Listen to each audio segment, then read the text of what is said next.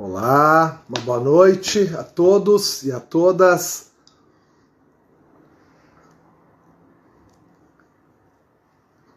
Sejam todos bem-vindos. Estamos iniciando uma live aqui pelo meu Instagram e pelo Instagram do Pedro Souza.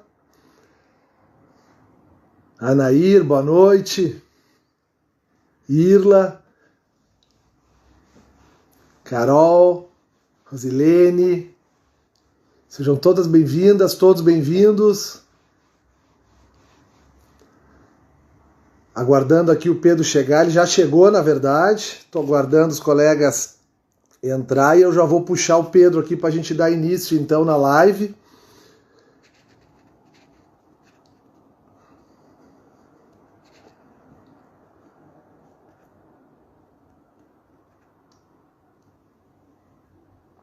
Aline, colega Aline, Danelon, doutora Tatiana. Sejam todos bem-vindos, pessoal. Eu já vou puxar aqui o Pedro, para a gente já não perder muito tempo, porque a nossa ideia hoje, então, é conversar um pouco, nesse final de tarde, sobre processo administrativo previdenciário, de uma forma especial, um tema que eu e o Pedro temos conversado bastante nos últimos meses, que é sobre a utilização do mandado de segurança no processo administrativo previdenciário, tentando aí levantar algumas situações e a aplicabilidade do mandado de segurança nelas, né? Então, vamos lá.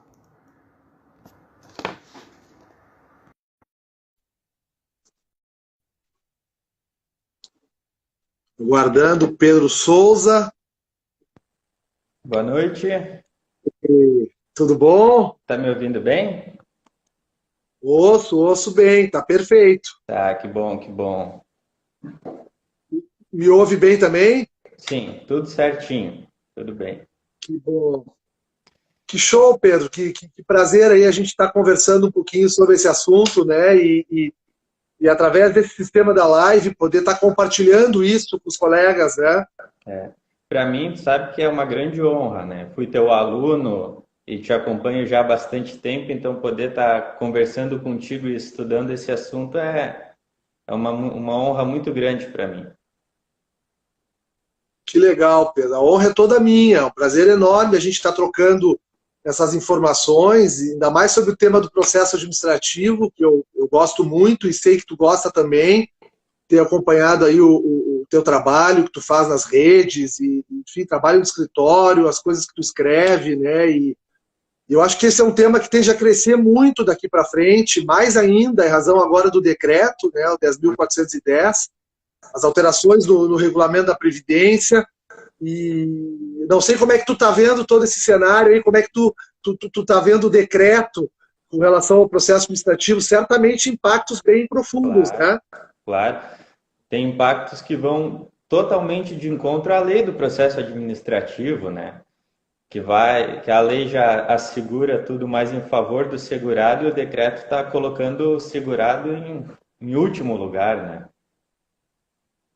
Perfeito. Esse é o ponto, né? Nós temos uma lei que não é nem a lei de benefícios, né, lá de 91. Nós temos a lei do processo administrativo federal de 99, né?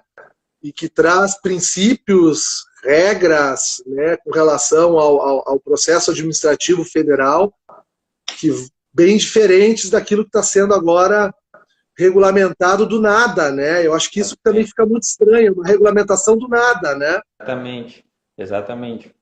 Veio o decreto veio para regulamentar um pouco daquela portaria, veio para regulamentar um pouco da Constituição, mas não veio nenhuma lei ainda para explicar o que é que tem que acontecer, né? Exatamente. Eu também eu fiquei com essa percepção também, assim. Temos muita coisa para debater com relação ao decreto e eu acho que de certa forma combina muito com com a tua ideia, né? Essa ideia partiu de ti, né? De a gente fazer a live hoje, né? E para conversar um pouquinho sobre esse assunto. Eu fiquei refletindo agora à tarde, diante do que a gente já vem conversando, né?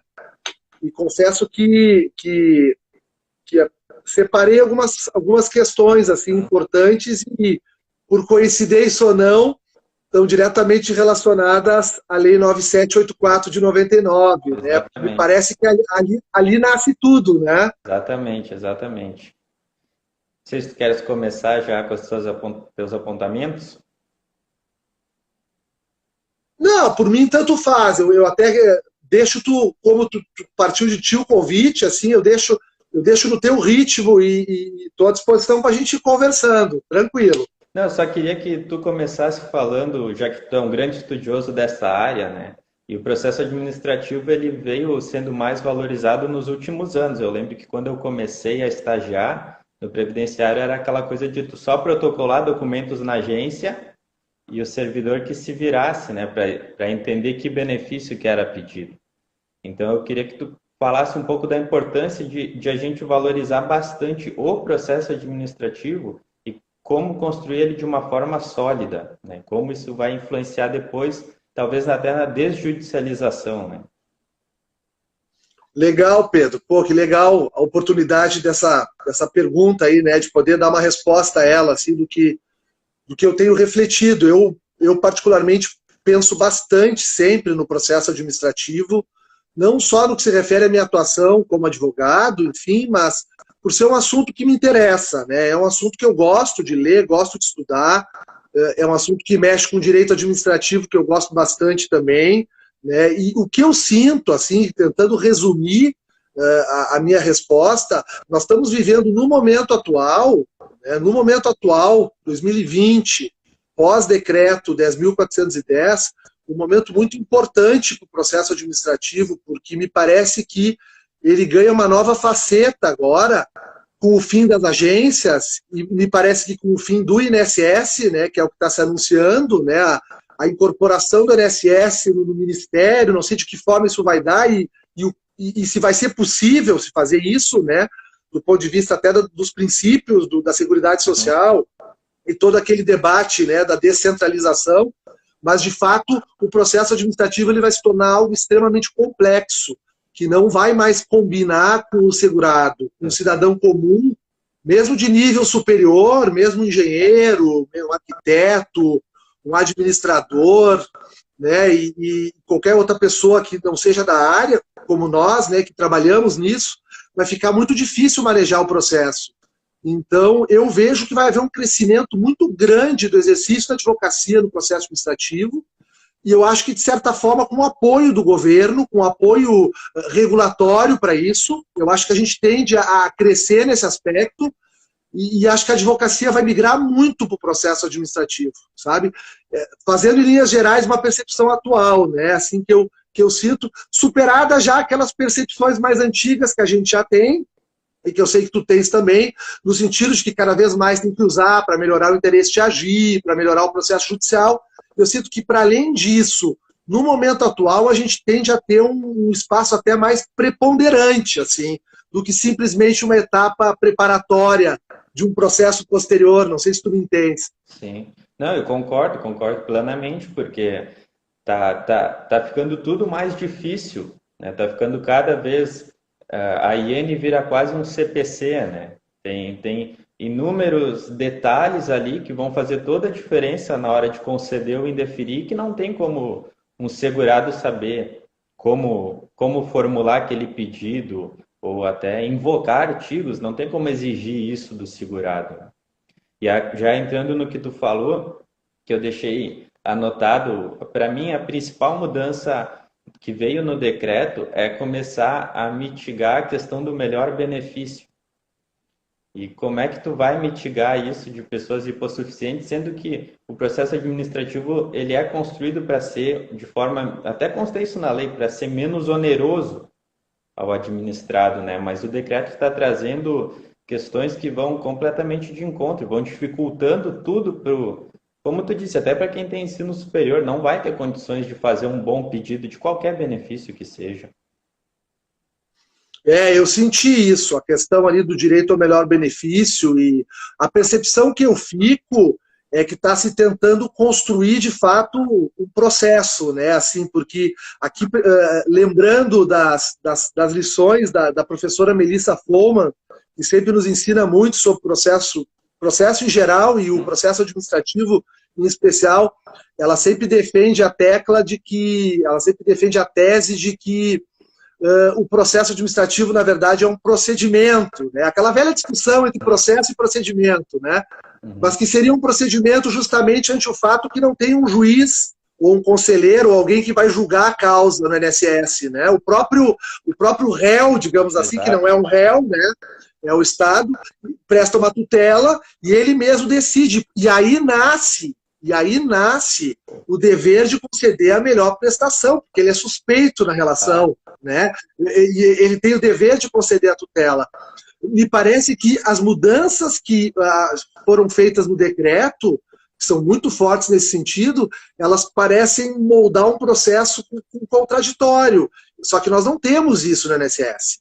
Não há um processo com contraditórios, sequer alegações finais, que está previsto na lei do processo administrativo federal que deveria ter, não tem, né? Por uma última manifestação antes da decisão do INSS, quer dizer, ele é tão inquisitório quanto o inquérito policial, né? E, na verdade, por isso que ele tem que ter princípios, como lá no inquérito tem todos os princípios de defesa e de presunção de inocência, aqui a gente tem que ter todos os princípios de defesa do hipossuficiente, da pessoa que não conhece as regras, né? Então eu concordo contigo. Eu até anotei essa questão das alegações finais, porque tu imagina como seria se o segurado, até nós como advogados, pudesse fazer uma alegação final de toda a construção de prova que a gente trouxe, tudo que foi dito na JA, tudo que consta nos laudos, enfim, seria invocando a IN sempre na última peça, com certeza seria tudo melhor analisado, né? Sem sombra de dúvidas, seria bem diferente. Eu estava olhando algumas mensagens, né? A Irla aqui, o processo administrativo está muito distante da linguagem do segurado. Perfeito, né? Perfeito. Aqui em cima o Guilherme, ótimas observações. Obrigado, Guilherme. Registrar a presença de vários colegas aqui interessados no nosso assunto e que estão entrando ainda, né? Além do Guilherme. Joelza, o segurado não sabe nem fazer pedido de prorrogação no INSS, né?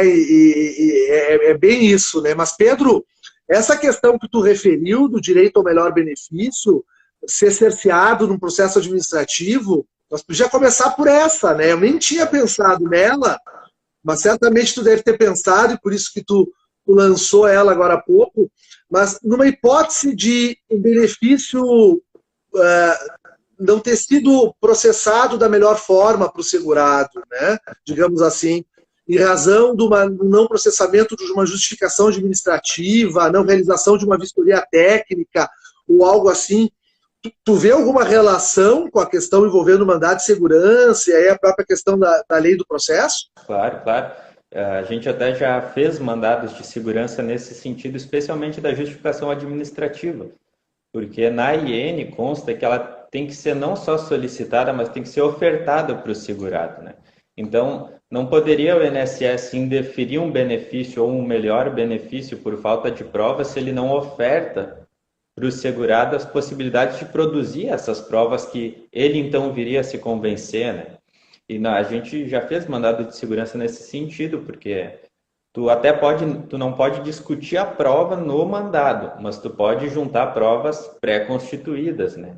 E eram nesse sentido, de que existia sim um início de prova material para aquilo que tu queria que fosse realizada a justificação para corroborar, e o INSS simplesmente indefere sem permitir isso, né? E no mandado teve a sentença procedente determinando que sim, fosse realizada a justificação administrativa, e até nos próximos casos que a gente vai falar, sempre foi concedido o benefício depois de respeitada a ordem do mandado de segurança, né? Que prova que aquele processo não precisava ir para o judiciário, bastava o INSS fazer aquilo, né?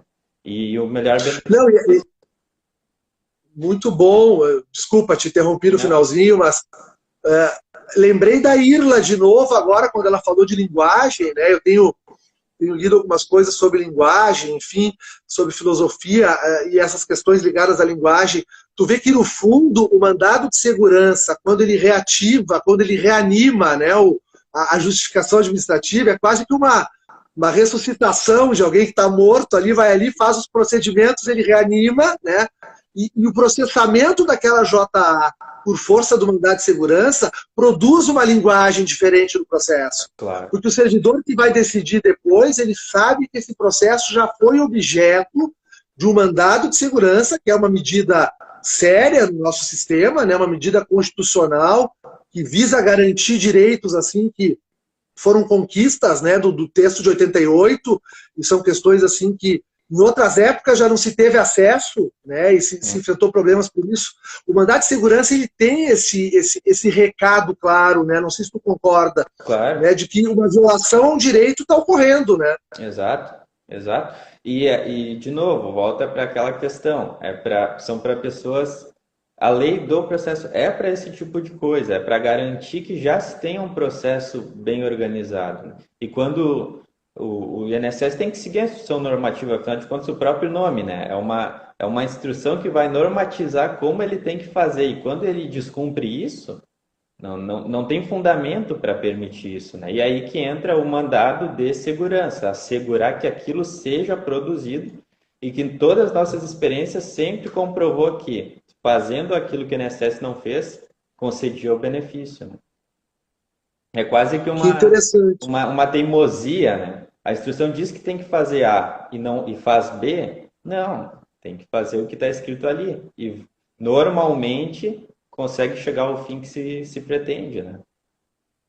Claro, e aí tu entra num capítulo talvez muito caro para todos nós que estudamos o processo administrativo, que é a questão ligada à ineficiência do devido processo legal administrativo, né, no processo administrativo previdenciário, né, o fato de que mesmo todos esses anos transcorridos aí desde a Constituição, passando pela própria Lei 9784 de 99, e todas essas instruções normativas, memorandos, ofícios circulares, agora as portarias, são inúmeras normas, né, trazendo e tentando fazer com que as coisas funcionem, mas na prática, assim, se tem uma coisa que não funciona, e pode perguntar do Chuí até o Oiapoque, qualquer localidade do país, o que não funciona no INSS, ainda a contento, né? Claro que a gente tem experiências positivas, a gente tem disparidades regionais também, tem locais que funcionam melhor, outros menos, mas tem uma coisa que ainda não funciona a contento, é o devido processo legal por inteiro, né, autorizando as provas, ofertando a pesquisa externa, realizando vistoria, cumprindo os princípios, né, que a lei traz no sentido de uma parcialidade do servidor. Ele tem que estar sempre do lado do segurado, buscando fazer o melhor possível com aquilo que ele tem ali, né? Oficiamento para órgãos, uso de banco de dados, tudo que ele tem em favor do segurado. Mas isso não acontece na prática. É muito difícil isso acontecer.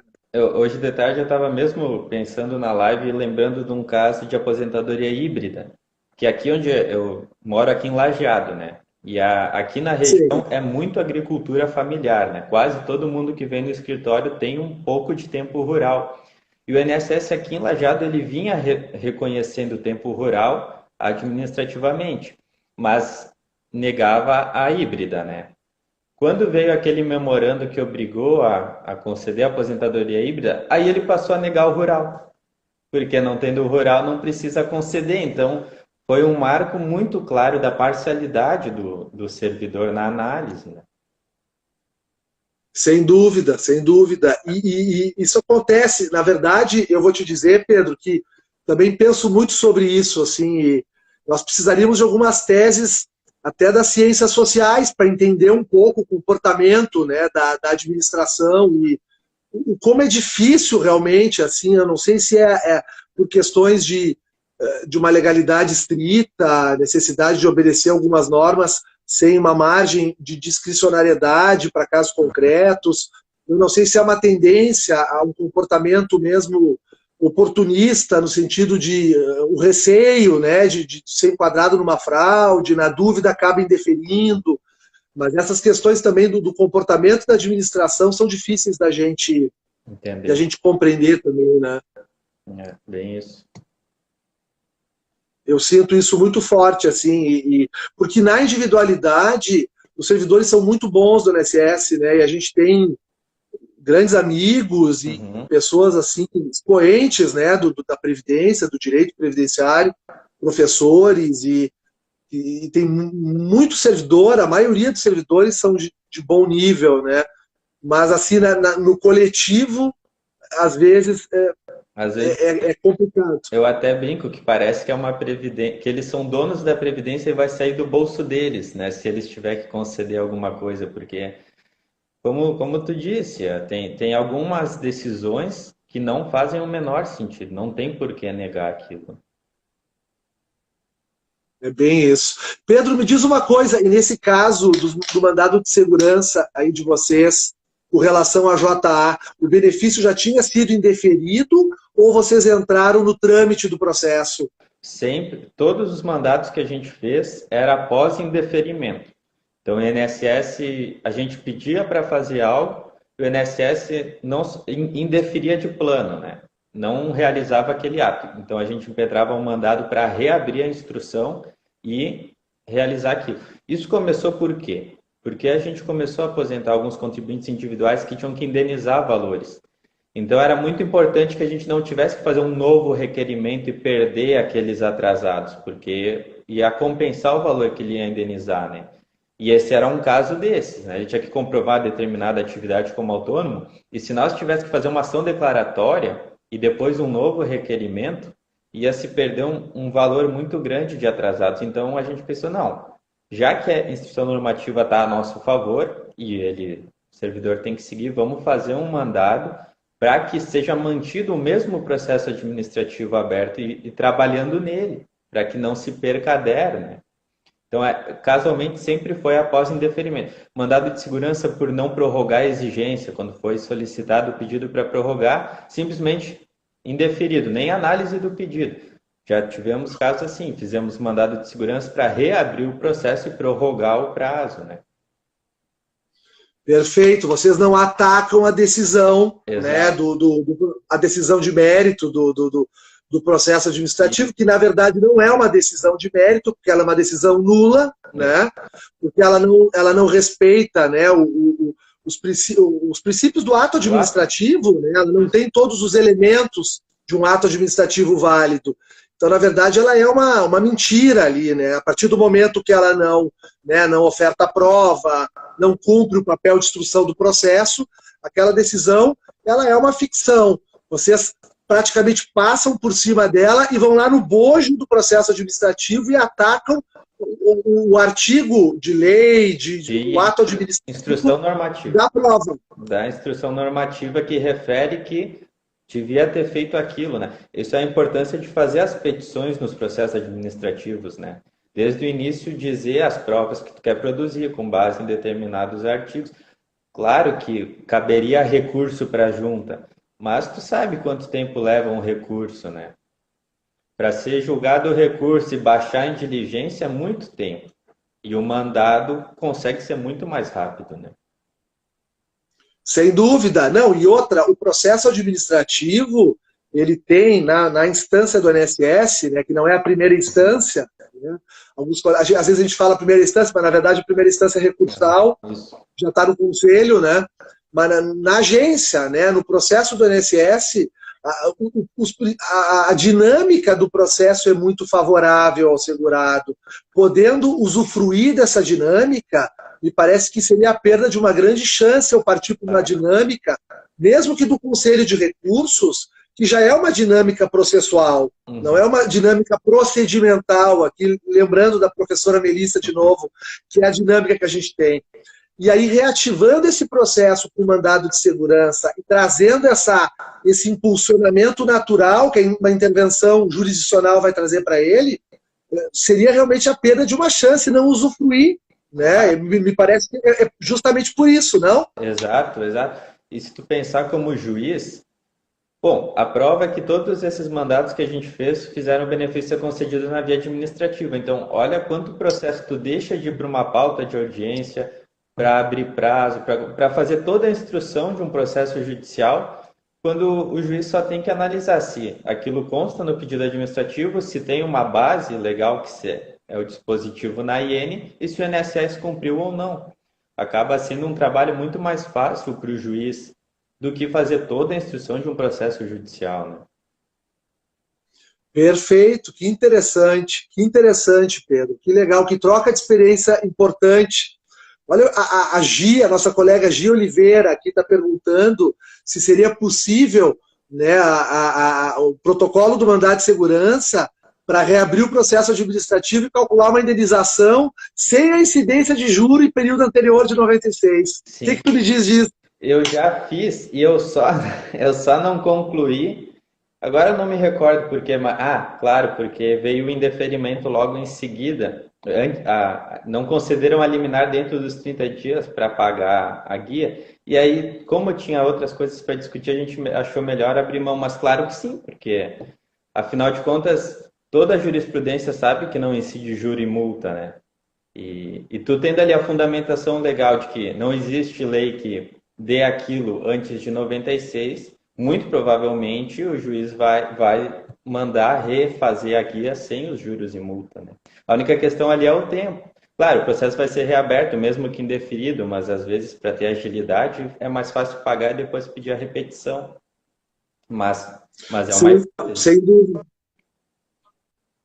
Eu estava pensando aqui também, tem uma outra utilidade interessante, não sei se tu vai concordar comigo, porque quando a gente judicializa essa matéria que a colega trouxe da indenização, normalmente se a gente vai fazer toda a prova da atividade, os colegas acabam ingressando com uma ação inicial para comprovar a atividade, fazer o recolhimento, depois tomam a providência secundária, que é a concessão do benefício, ante o fato de que a sentença não vai poder condicionar o benefício ao pagamento da guia, né? Salvo pedidos de tutela de urgência ou de antecipações, né, que podem ser feitas num processo, via de regra vai se demandar duas ações. E enquanto que com mandado de segurança, mediante uma ordem judicial, tu tens a reativação do processo. E me parece, Pedro, numa parte do INSS que funciona super bem. O INSS, quando se presta a parar e olhar provas documentais de atividade para fins de indenização, ele não costuma falhar. Exato. Ele falha quando ele sequer analisa, né? E aí é o erro processual que tu acabou de referir, né? Exato.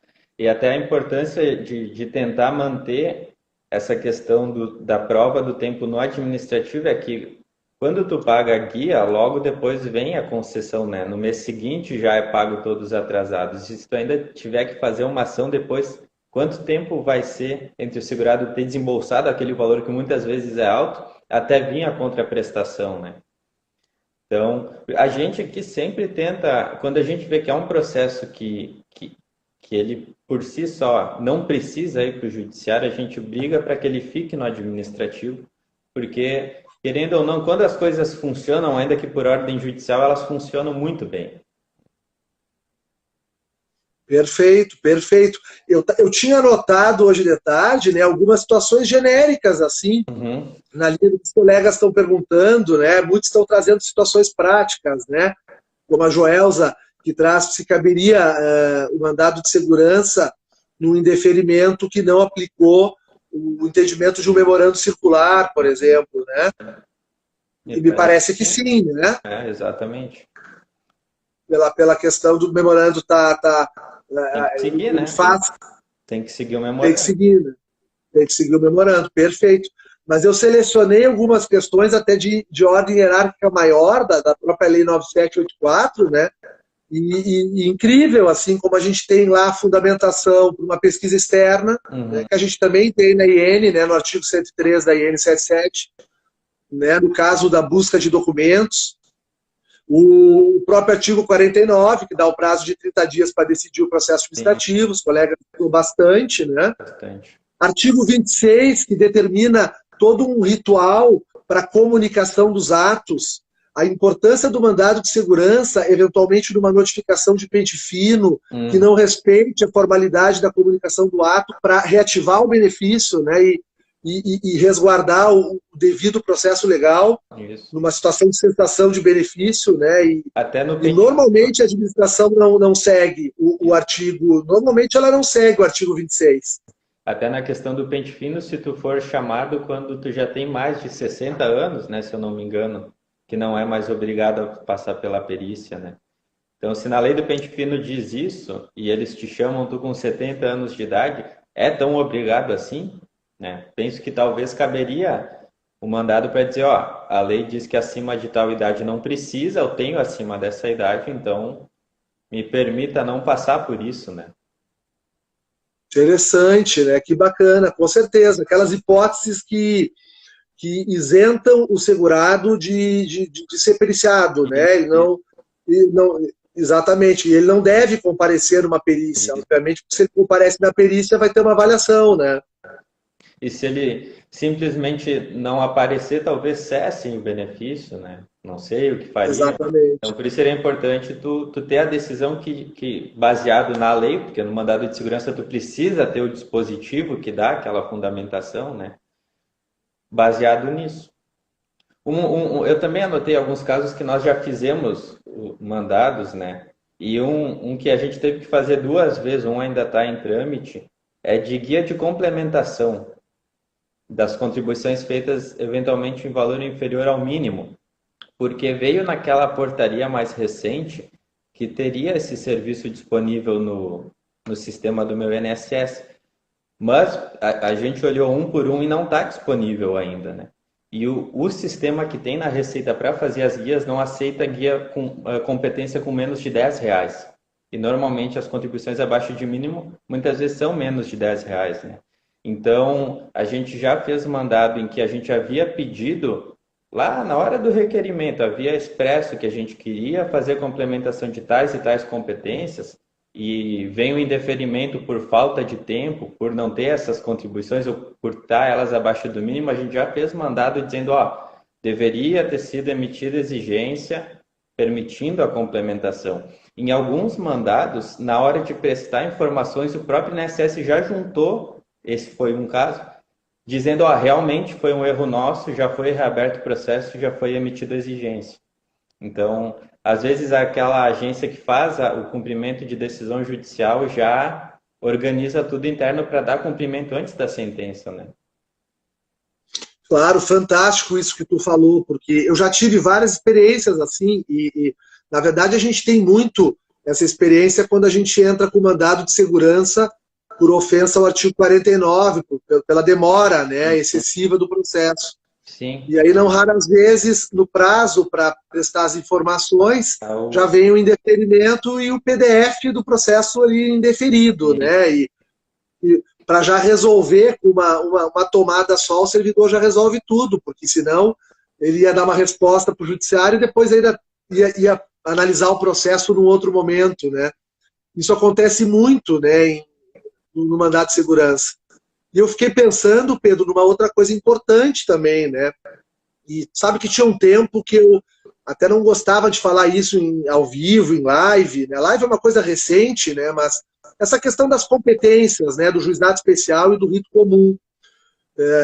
Mas de um tempo para cá eu perdi um pouco essa minha maneira de pensar o assunto, porque eu acho que as incongruências entre os dois ritos se tornaram tão gritantes que a gente precisa sim falar, precisa sim criticar, e nós da advocacia temos que estar sempre batendo na tecla da inconstitucionalidade do Juizado Especial Federal, nos termos como hoje está ali para julgar a matéria previdenciária, né? Não tem cabimento tu ter um entendimento num rito, outro no outro, e tu ter decisões que trazem conflitos, né, e que se promete a solução em processos coletivos, como IRDRs e incidentes, que muitas vezes mais atrasam a vida do segurado do que trazem uma resposta efetiva, que era o objetivo do juizado. Eu estou falando tudo isso por quê? Porque o mandado de segurança, o advogado que opera o mandado de segurança, e eu uso bastante aqui também no escritório, é um advogado que ajuiza suas ações do rito comum, né? Vai ajuizar suas ações do rito comum. Então, e um rito que é constitucional e que tem assim todo um jeito de ser assim favorável à rapidez, né, à presteza. Não sei como é que tu vê tudo isso. Sim, tu te refere ao fato de o mandado ser ajuizado no procedimento comum, isso? Isso. Faz toda a diferença, né? Ainda mais tendo o nosso TRF4 do jeito que é. Com certeza, O entendimento vai ser aplicado dos juízes e dos desembargadores que julgam os benefícios do procedimento comum, né? E não que os juízes dos juizados sejam menos capazes, mas a gente sabe de que as interpretações são muito onerosas para o segurado, né? Eu concordo com o que tu colocou. Sim, e o rito também, né? O rito à risca do Código de Processo Civil, digamos assim, a gente tem, quer dizer, todas aquelas questões importantes, uma só a título de exemplo, eu acho que resumiria bem assim o que eu estou querendo dizer, que seria o princípio da não surpresa, né? Que é algo que não é respeitado no juizado, né? Nós somos surpreendidos toda hora no juizado em situações que muitas vezes sequer existem alternativas recursais, né, e medidas a serem tomadas. E a gente está no rito comum, a gente tem a segurança de estar navegando num mar que pode até ser revolto, pode ser um processo difícil. Agora, por outro lado, eu tenho a segurança de ter uma norma a seguir, e acho que isso tudo ajuda muito também. Exato. Eu acabei nunca tendo casos assim, mas eu lembro que tu já colocou de fazer um mandado para ser realizada a pesquisa externa, que é algo que pelo menos eu não vi o INSS fazendo isso de livre vontade, mas também nunca provoquei via mandado. Não sei se tu já teve essa experiência com pesquisa externa. Eu tenho uma experiência recente com pesquisa externa e que foi positiva, depois de alguma luta, assim, né? Enfim, sempre é muito lutado, né? Eu tenho uma experiência recente de um cliente aqui do escritório que já tinha ingressado em juízo e tinha perdido em juízo a comprovação de um período, né? E nós estávamos em busca de um documento no processo administrativo que não existia e não poderia comprovar aquele vínculo que ele estava tentando comprovar. Então eu não tinha mais a possibilidade de acessar o Poder Judiciário. Eu teria que trabalhar com as regras do processo administrativo, né? E eu sabia que esses documentos estavam de posse de um sindicato aqui do interior do estado, em Santana do Livramento. E eu fiz o processo, eu tive o indeferimento pelo não processamento da pesquisa externa que eu solicitei para que saísse um ofício daqui, um e-mail daqui de Porto Alegre, na época, na agência, para a PS de Santana do Livramento, para que o servidor lá fosse o Sindicato dos Bancários e verificasse uma informação num livro que tinha lá no Sindicato dos Bancários que comprovava, né, o que eu já tinha apresentado no processo quanto a esse vínculo. Uhum.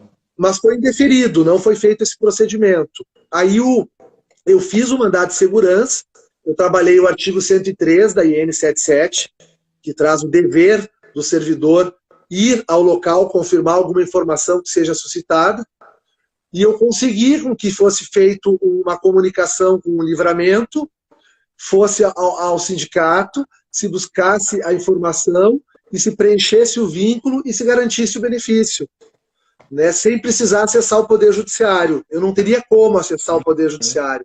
Sim. Né, atacando o mérito, né, porque eu entendo que no mandado de segurança eu não estou discutindo o direito à aposentadoria por idade. No mandado de segurança eu estou discutindo o direito do meu cliente à pesquisa externa. Exato. Né, não é o mesmo objeto, não sei se tu concorda. Concordo.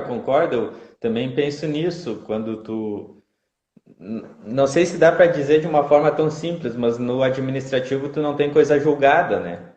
Então, isso dá para a gente trabalhar muito bem, tentar um vínculo judicial no juizado lá por hidrocarbonetos, que a gente sabe que é uma dificuldade, e daqui a pouco tu descobre que depois o CRPS tem um reconhecimento desse tipo de trabalho, e num novo pedido administrativo, tu pode conseguir, né?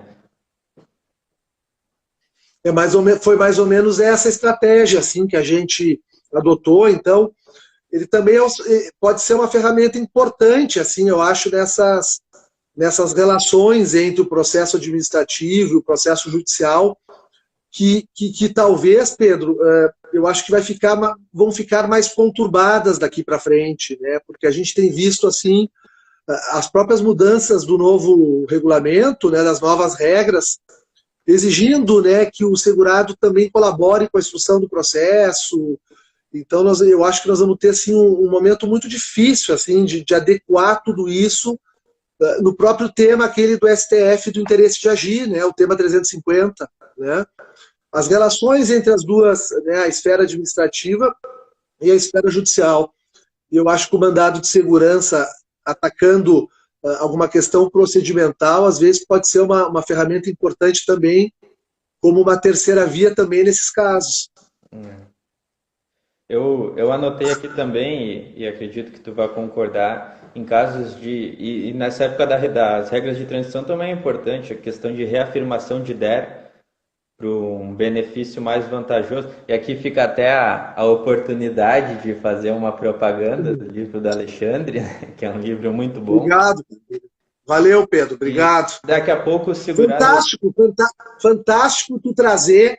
Cara, eu tô aqui, eu quero te dizer que eu estou extremamente feliz de estar conversando contigo, porque esse tema me deixa assim, eletrizado.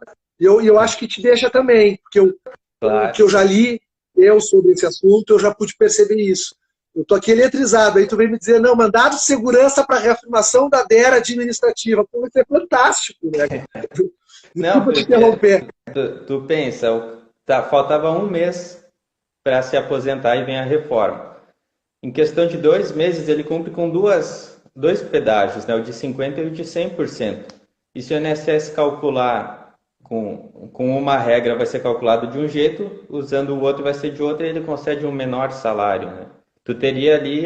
Não, se eu reafirmar a DER para a data do pedágio de 100% daqui a pouco, que seria um pouco mais à frente e tu ainda não tinha o indeferimento, tu vai ter um salário melhor, né? Então, o INSS, na hora de reafirmar, deveria ter observado o melhor benefício, né? Perfeito. Pedro, o que tu recomenda de fundamentação, assim, não objetiva porque está sendo atacado, mas assim do ponto de vista mais, né, orgânica da coisa mesmo? Então, por exemplo, no caso de um ato administrativo, né, inválido, enfim, tu recomenda a doutrina do direito da administração, Sim. A Constituição, como é que tu costuma fundamentar os teus mandados de segurança? A gente começa falando de que a gente, mostrando que provocou, que fez aquele pedido expresso, né, na petição de requerimento ou intermediária, sempre levantando a instrução normativa ou a lei do processo administrativo federal, e os princípios do ato e do processo, né? Competência, finalidade, forma, motivo, conteúdo e causa. Qual deles tiver sido descumprido, a gente ataca para dizer que é um ato administrativo ilegal. Por ser vinculado, aí já traz o princípio da legalidade da Constituição e ressalta alguns dispositivos do processo administrativo, da lei do processo administrativo, que vai trazer questão que tem que ser observado o fim público a que se dirige, né? Então, justificação administrativa é para quê? É para provar algum interesse do segurado. Então, tu tem que analisar algumas coisas de uma forma mais flexível. A questão do contraditório, de permitir produção de prova, todos os dispositivos lá da lei do processo administrativo. Então, a gente refere instrução normativa para aquele ponto específico que a gente quer que seja realizado. O artigo da Constituição da legalidade, que é o 37, né? Menciona mais, não tão legalmente, mas como argumento, os requisitos do ato administrativo e traz alguns dispositivos da lei do processo administrativo federal. Antes eu vi que uma colega perguntou o prazo, né? Eu acredito que vale aquele dos 190 dias, né? Do ato de indeferimento, que é o prazo do mandado de segurança, se eu não me engano, ou 90 ou 190 dias que ele retroage, se eu não me engano é isso. Isso, não é 120? Pode ser. Não, 120. Eu também não tenho. Pode ser. Eu acho que é 120. 120. Eu tenho a impressão que é 120, não tenho certeza também. Sim, tem que respeitar o prazo, né, de decadencial ali para poder, justamente porque ele é uma medida para ser tratada, para tratar questões urgentes, né? Mas é isso aí que a gente costuma levantar nas petições.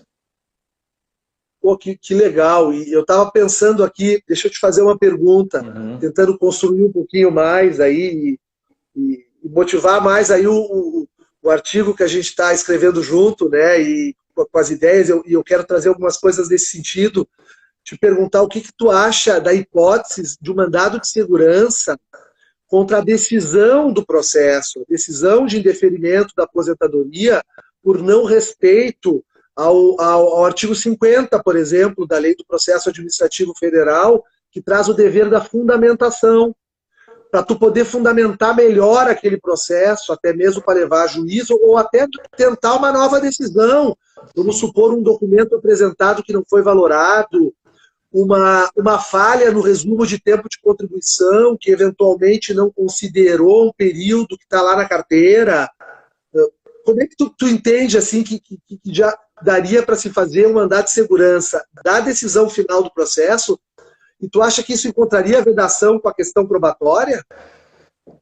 Pois é, me pegando assim de surpresa, né? Estou te provocando. Olha, eu acredito que se conseguir demonstrar que a falta daquele argumento te impede de entender por que não foi considerado aquilo, te obriga a, pelo menos, tu conseguir que seja reaberto para ter algo expresso sobre aquilo.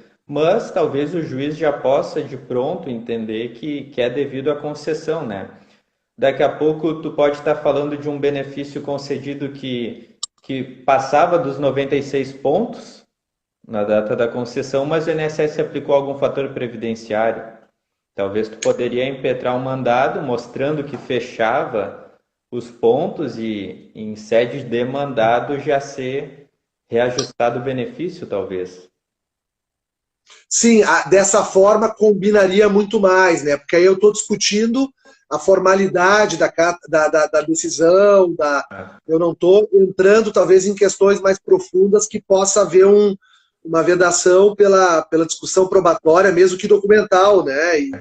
Se de repente, se a prova for forte, né, isso é uma questão de não entrar no mérito daquela prova, mas sim aquela prova existir ou não e ela de fato existir antes, talvez até consiga. Pelo menos nos processos tributários é assim, tu junta todos os extratos da empresa e vai se discutir a parte teórica, né? Mesmo ninguém vai olhar se a empresa pagou ou não a mais, vai discutir o direito. Então, de repente, mais ou menos nesse sentido, se tu juntar as provas pré-constituídas, de modo que não precise entrar no mérito se aquela prova é formal ou não, daqui a pouco dê, né? Interessante, interessante. Pedro, o Vitor Jara traz uma questão aqui que eu acho que é também das mais importantes sobre esse assunto que a gente está conversando. Queria muito discutir um pouquinho contigo. Ele fala nos casos de divergência entre os PPPs e o LTCAT, né, ou às vezes entre o PPP e um laudo de insalubridade, PPRA, enfim, algum outro documento, algum outro laudo, né, inclusive estão elencados na instrução normativa, né, e o fato de que nesses casos onde há divergências, há um dever do INSS, na verdade, de encaminhar para a perícia médica para a realização de uma vistoria no ambiente de trabalho ou na documentação ali que está gerando a divergência, né? Certamente ele fala da vistoria técnica que está prevista na resolução 485 de 2015 do INSS e que traz esse dever e é um instrumento super importante, mas que na prática funciona muito pouco. Tu acha que seria possível fazer essa prova da atividade especial, da insalubridade, levantar ambiente de trabalho, produzir pelo menos alguma coisa, né, até para talvez ir melhor a juízo, né, ter uma prova mais consistente em juízo? Tu vê como viável mandar de segurança nesses casos? Eu acredito que sim. Penso que assim, ó, quando se for para produzir algo, mas não entrando no mérito do que está se produzindo, cabe o mandado, né? Que nem antes a gente falou da pesquisa externa, ou agora dessa perícia, né? Se tu mostrar que tu tem os pré-requisitos que a instrução normativa diz para aquilo ser permitido e tu tá pedindo que aquilo seja feito, mas tu não tá pedindo para que seja reconhecido o direito ao tempo especial. Tu tá pedindo que seja realizado um ato que vai permitir uma análise, né?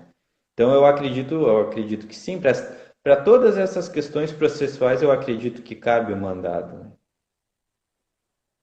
Interessante. Realmente é uma questão bem pontual e acho que de certo ponto nova também, porque, né, e um pouco fruto do estado de coisas que a gente, né, que a gente vive. Eu não sei se tu concorda comigo, mas se nós tivéssemos um processo administrativo de fato eficiente, né, com mínima respeito ao devido processo legal e com oferta das provas, se isso fosse uma realidade, assim, talvez seria mais difícil até esse acesso ao mandado de segurança, até por uma questão de entendimento jurisdicional mesmo, de magistrados.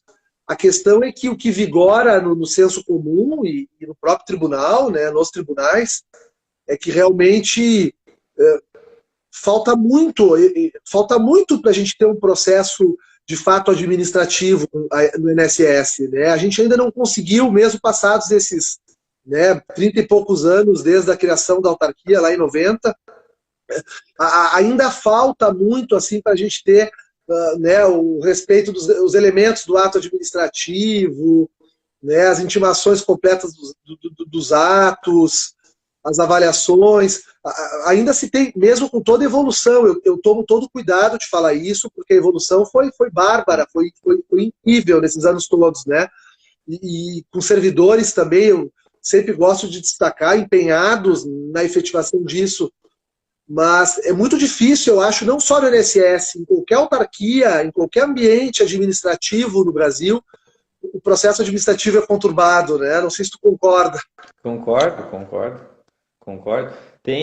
Se nem na justiça tem quem defenda que deveria ter o Código de Processo Previdenciário para a justiça, né? O que dirá para o administrativo? Se tem a lei do processo administrativo e ela não é seguida, né? Isso já é um exemplo muito grande. Se esses mandados de segurança que a gente fez, depois de concedida a segurança, fizeram ser concedido o benefício na via administrativa, mostra que algo errado está acontecendo, né? Se eu preciso fazer um juiz dizer para fazer algo e quando é feito dá certo, é porque deveria ter sido feito desde o início. E ainda mais numa forma que numa via que não se analisa a prova, se analisa só praticamente texto de lei, algo que é líquido e certo. Então, quando a gente não respeita coisas líquidas e certas, é um grande problema, né? Sem dúvida, sem dúvida. Tá corretíssimo, na minha opinião, e não é à toa que, né, a maior prova disso, e a gente passa por cima de toda a estrutura, não é isso, né? Aqui tem o fator Brasil também, o tamanho do país, né, a universalização da Seguridade Social, o papel que o INSS cumpre em todos os recantos, né, e tudo isso, mas de fato hoje a gente vê por que a advocacia previdenciária cresceu tanto, né? Por que o direito previdenciário se tornou assim uma área tão expressiva nos dias atuais, muito porque o judiciário, nesses anos todos, cumpriu um papel que, na verdade, caberia ao INSS realizar e as instâncias recursais controlarem quando não fosse respeitado no INSS. Na prática, essa combinação de acesso à justiça que o juizado trouxe, né, principalmente nos primeiros anos, lá em 2001, fez com que o judiciário fosse provocado e o processo está ali meio trôpego, né? Ainda falta muito nas instâncias recursais, a gente precisa evoluir muito numa rapidez do recurso administrativo, num cumprimento imediato e eletrônico por parte do INSS da decisão do Conselho de Recursos. Enquanto isso, o judiciário sempre acaba sendo um caminho quase irresistível, né? Antes tu disse para fazer justiça, né? Só o fato de o INSS ter criado uma ferramenta para processo eletrônico já mostra que ele está a fim de fazer as coisas melhorarem, né? E a Previdência tem coisas muito boas. Eu sempre acho incrível o Previbarco, que é algo, se tu pensar, é sensacional, né?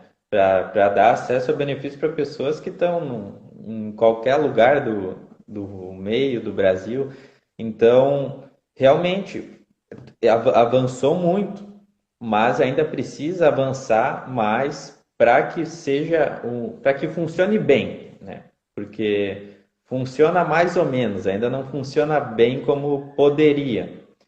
Questão de processo, de recurso, não consultei mais, mas até minha última consulta a gente não tinha acesso à jurisprudência dos conselhos, né? Então a gente tem acesso aos enunciados, mas que é como ter acesso à súmula, não é tanto assim. Não são tantas informações, então tu tem que jogar no Google o que que tu quer e rezar para que apareça um voto digitalizado dizendo o que que tu precisa. Então realmente avançou muito, mas precisa melhorar bastante. Não, sem dúvida. O Luiz Vinícius traz uma provocação ali, bem na hora que tu falava, né, do amadurecimento, da evolução e também dos problemas.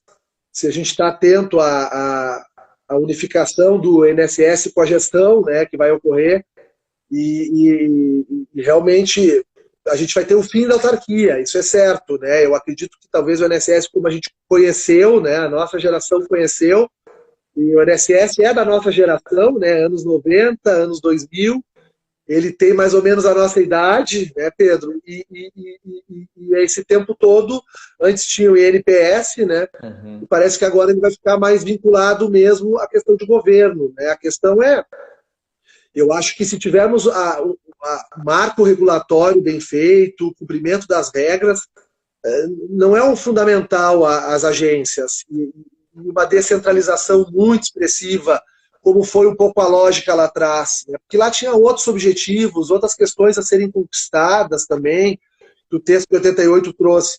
Agora o que a gente precisa é efetividade, né? Vive-se tempos difíceis, e não é por causa da pandemia, porque a gente já vinha numa crise de anos, e desde 1990 foram muito mais períodos de crise do que de bonança, né?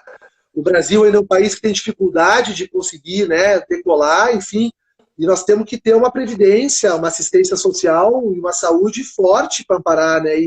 Então, não importa a forma, a gente tem que ter o cumprimento das regras e a efetividade, na minha opinião, né? Então, Uma coisa que eu senti falta quando veio o processo digital, mas que pode ser muito facilmente corrigido, é o contato com o servidor, porque antes a gente podia lá e explicar o que a gente estava pedindo, né? O porquê, podia mostrar, ó, tá aqui a prova, tá aqui o início de prova material. Hoje tu não tem contato com o servidor que está analisando o teu processo, mas isso podia ser muito facilmente corrigido, sabe? Colocando ali um canal para o advogado falar com o servidor, não o simples comentário ali dentro do processo, porque vai valer como um protocolo de petição, mas que tu pudesse conversar com quem está analisando, né? Nem que fosse via e-mail. Hoje é muito difícil tu ter esse acesso ao servidor que está analisando o teu requerimento, né? E é algo que posso estar errado, mas me parece algo simples de corrigir. sem dúvida. A questão eletrônica, ela traz esse revés, né? E não está sendo fácil essa migração, né? Ela está ocorrendo aos poucos, já há alguns anos, né? E Sem tu dúvida, esteve na Pedro. frente, né? Esteve à frente da OAB quando começou isso, né? Eu estava lá na comissão na época, né? Presidindo, estava presidente da comissão, mas isso tem sido um trabalho de muitas pessoas em todo o país e é uma mudança realmente muito forte, né? Eu ia te dizer que o nosso tempo está se Sim. esgotando e o pessoal está pedindo para a gente gravar a live, né? E eu recebi o convite do Pedro, pessoal, para a gente fazer essa live, em razão desse assunto que é um assunto de comum gosto meu e dele, né? E a gente está se encontrando e é a primeira vez que a gente está conversando de fato, né, sobre esse assunto. No fim, como o meu celular tranca, eu fiz o convite aqui via Instagram para o Pedro chegar, né? E então eu vou. Os colegas estão pedindo para gravar. Assim que terminar, eu vou jogar no IGTV. Certamente o Pedro, eu já mando para o Pedro, ele vai querer certamente divulgar nos meios dele. Eu devo colocar em canal de YouTube também, no meu canal de YouTube. Então, aqueles que quiserem assistir depois, um Tranquilo. prazer enorme a gente poder estar compartilhando, né, Pedro? Claro, claro. Temos 40 segundos, vou te passar aí para tuas considerações finais aí. Não, eu queria agradecer todo mundo que esteve presente. Infelizmente é difícil a gente responder as perguntas, porque é muito assunto, né? Teria que ser quase uma live só para responder perguntas. Mas o pessoal fica à vontade para mandar aí nos directs. Se eu puder ajudar de alguma forma, com certeza vou estar à disposição. E agradecer ao Alexandre por ser acessível como é, mesmo sendo esse grande advogado e professor que todo mundo conhece e admira. Querido, obrigado. Foi um prazer enorme para mim estar contigo, Pedro. Obrigado a todos. Eu vou desligar porque vai cair. Boa noite, gente.